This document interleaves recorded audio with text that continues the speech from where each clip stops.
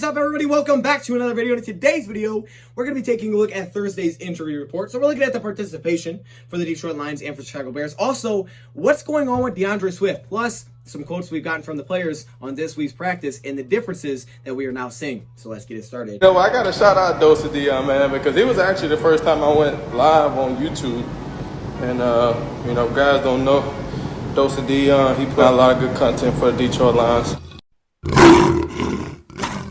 Welcome everybody to another video. Glad you guys are here, and yes, we have Thursday's injury report to look at and some other things as well. But before we get into any of that, I want to talk about the Detroit Lions running back number 32, Deandre Ray Swift. Okay, I got to talk about Deandre Swift first because a lot of people are very concerned with his health. Now, I don't like really talking about a player's health and, saying, oh, he's good or he's not good or this is what he should do or shouldn't do.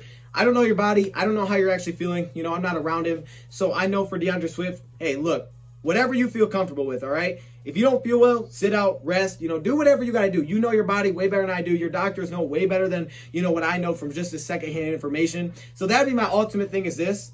If he's not feeling well, then don't rush anything back because, look, you got a long future past football, right? You got a long future past football. So if there's anything going on, and that comes with really any injury that you're dealing with, be careful, protect yourself, okay? Because look, football, you don't know how long you're going to play the game. And even when you're done, you got a long life after that. So you don't want to be risking anything. You don't want to risk permanent damage or things like that when you could just rest, okay? You don't need to force yourself back to anything. So I will say that.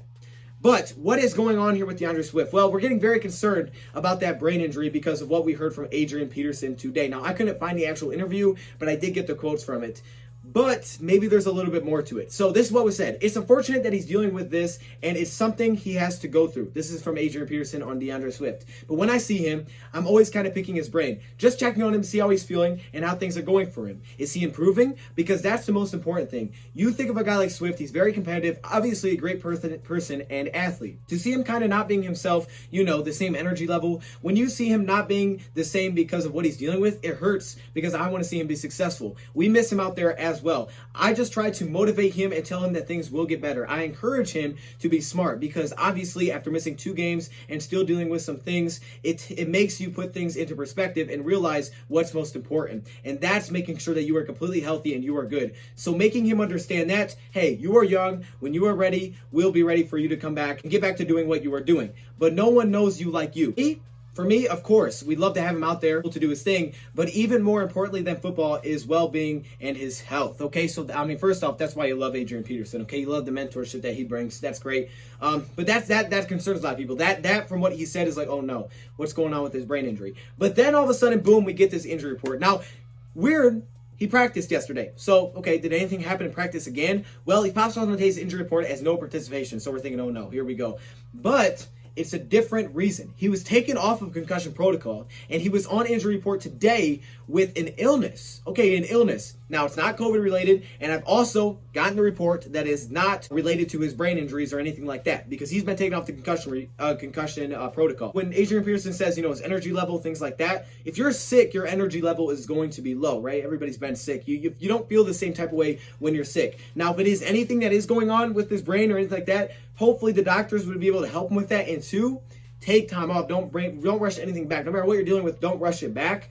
But maybe a little bit less worried after reading this. It doesn't mean he's going to play this weekend. I've heard people say he's trending the right direction to potentially playing Sunday. But I would just say that don't rush anything back, man. If you're not completely good to go, then don't rush yourself back. But I think that is, a little bit calming after what we've heard and, some of the speculation that was kind of out there. Basically, Trey Flowers was working on the sideline. Now, he hasn't returned to practice yet. Still on IR, right? Still technically on IR. I guess his time is up, so he could be eligible to return, but he's not back in practice yet. He is working off to the side with trainers, though. So that is somewhat of an update, a good update, right? He's getting back somewhere.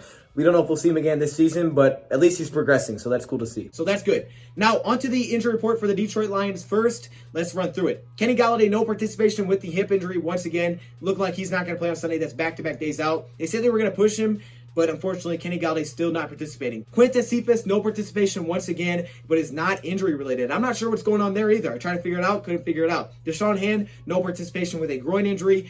for the second straight day. Jeff Okudah, again, no participation there from Jeff Okudah. And now we see Deandre Swift on it with the illness. But we'll see how that looks Friday. Okay, Friday's going to be a big day for him.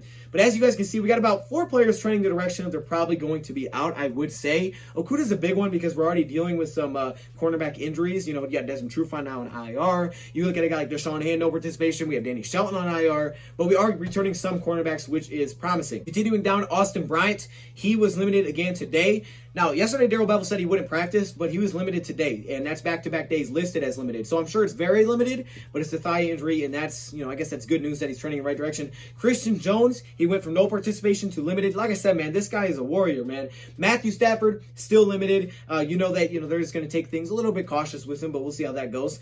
Danny Amendola, full participation. That's great. It's awesome to see that. We haven't had Danny Amendola in a minute, and you know what? I miss that guy on the field. I miss Danny Amendola. Hunter Bryant, full participation for back-to-back days. Hunter, I see you. Are we going to see Hunter Bryant on the field? Like I really want to. I really do before the season is over. And finally, Michael Ford, with his concussion, back-to-back full participation. So, good, you're getting Michael Ford back. That's awesome. I think we talked about Darrell Roberts yesterday. So you're getting some cornerback depth back potentially, which is going to be super important if Jeffrey Okudah and you already know Desmond Trufant will be out. So those are important things to look at. I would say just stay focused on the secondary. On to the Chicago Bears side of things, and also, of course, Deandre Swift. And now on to the Chicago Bears side of things, they're getting pretty healthy. You see a guy like Jimmy Graham, he returned to practice. He rested yesterday. Now he's back in practice. Akeem Hicks, he's back in practice with his hamstring injury.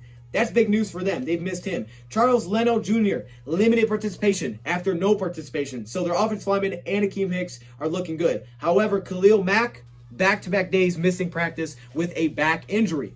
That's a little bit concerning there. We know how good Khalil Mack is.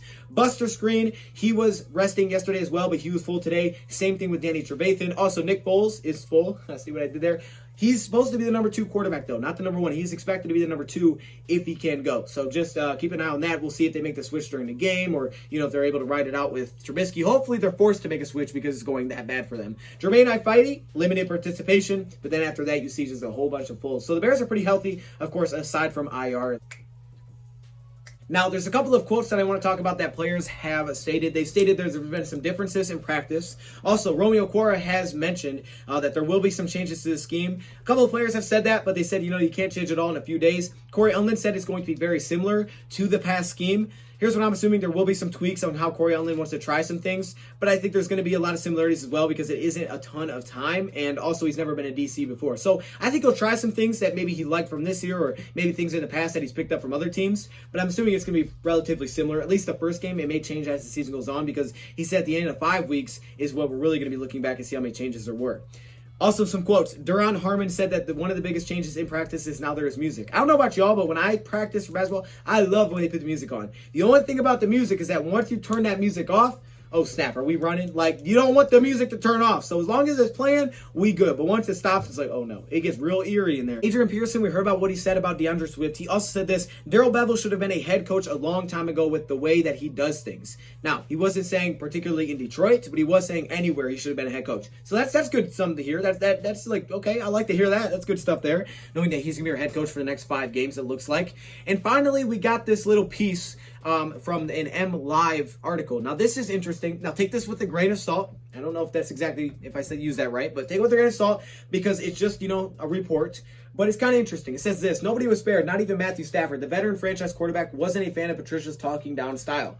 Now, coming in, I think Matt Patricia, we kind of knew that that's kind of the way that he was probably going to do things. And we heard about a lot in the offseason that he was used to with the Patriot way and working with Bill Belichick and now coming to Detroit is everybody's on the same level. There's no, hey, look, you're on this, you're here because this is who you are. Everybody's going to be looked at the same. Now, that doesn't necessarily mean that you have to put players down. I don't think that's a good thing. I think putting players down is the wrong way to motivate somebody. Again, some people like that. Me, that's not my style, so I don't think putting someone down helps.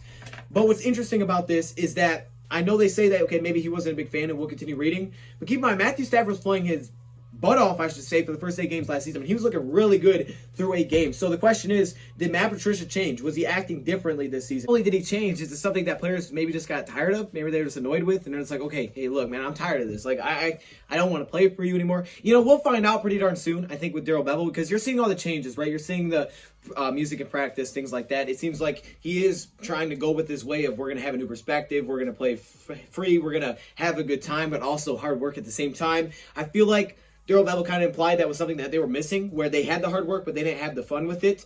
And if you take fun out of something, then you're not going to be very good at it. And obviously, it's not easy to have fun when you're losing. So you look at a team like the Patriots, right? If the Patriots are winning all the time, they don't need to have fun, okay? You don't need to have music in practice if we're winning all the time, because that's fun. But the Lions, they were in a position where, okay, we're a culture that doesn't win. We haven't won in a long time, but you're also going to take the fun out of it. It may have just not clicked. It may have just been a completely wrong fit, where Patricia was trying to fit maybe a square into a circle. I mean, you know, like one of those puzzle pieces. Come on, man, but it just wasn't going in. Maybe it was something like that. And I think we're seeing that with what's being said about Darrell Bevell. To see guys that aren't out there having fun, or guys aren't playing loose, guys aren't playing free. How are they going to go out? How are they going to respond to Darrell Bevell getting an opportunity? Because if they're really happy with him being here, let's go see some energy when they hop out there on Sunday, right? That's what we need to see. Ultimately, we just want to see the energy. Multiple sources in a position to know, I believe there is more to the story, but that's what I have confirmed, and I feel comfortable with reporting it at this time. I don't think it was a toxic relationship at any point, but there was tension between the coach and the quarterback, period. So, not toxic, but there was tension. Now, if you remember how Matthew Stafford answered the question earlier this week, this was an interesting answer after we heard from Sheila Ford Hamp. He stated that basically, look, players that are going to leave, they're going to look at things differently based on how successful you were. If you were winning, you're going to look at things that they were way better than what they were, maybe. And if you're losing, it could be the other way around. You're looking at things that are potentially worse than what they actually were. Obviously, Matthew Stafford, being the professional that he is, he's not going to throw anybody with us. He just doesn't do that. He doesn't burn bridges. And you like Stafford for that, okay? It's a great thing to have in your franchise quarterback. It definitely is. Patricia was here last year, and he was balling out last year. I mean, it was the best I've seen Stafford. But it is an interesting piece. So I'm just going to leave it there. I mean, make any assumptions you want on it. That is it for this video. Let me know your thoughts in the comments below. Hopefully Deandre Swift can get healthy. Same thing with all the other guys out there dealing with injuries. Thank you, Pat, for watching. And I'm out. Are you kidding me right now? I had to put my helmet on for this one. Are you kidding? Look at this. Look at all these members. What? Yo, hey. Shout out to all the members, man. Look how many All-Pro members there are. Like, literally, it's the whole screen, dog. This is crazy. The patrons, of course, the Hall of Fame members, man. Y'all got the gold color. It's kind of yellow, but it's supposed to be gold. Shout out to all the members, man. If you want to be a part of this, all you got to do is join the channel. But there are perks that come with it. Stay locked in the community tab if you are a member, because that's where a lot of information comes out. I appreciate all of you. What?